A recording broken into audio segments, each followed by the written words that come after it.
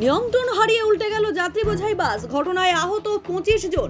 বুধবার সকালে ঘটনাটি ঘটেছে পুরুলিয়া মানবাজার মাঝিহিরার কাছে। জানা গিয়েছে বান্দোয়ানগামী যাত্রী বোঝাই একটি বাস সকালে পুরুলিয়া থেকে বান্দোয়ানের উদ্দেশ্যে রওনা দেয়। এরপরেই মানবাজার 1 নম্বর ব্লকের মাঝিহিরা এলাকায় বাসটি হঠাৎ নিয়ন্ত্রণ হারিয়ে রাস্তার ধারে উল্টে যায়, আর তাতেই ঘটে বিপত্তি।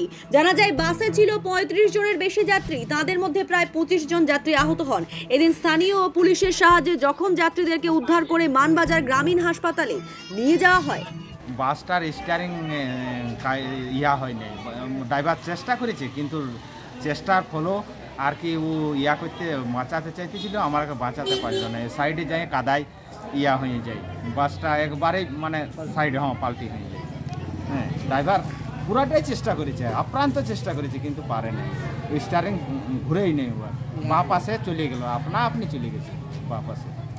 আপনি কোথায় ছিলেন? হ্যাঁ, আমি ছিলি ড্রাইভারের সামনে, আর আমার ছেলে ছিল, আমি গোপালনগর আনতেছিলি বলরাম বাবু ডাক্তারের কাছে।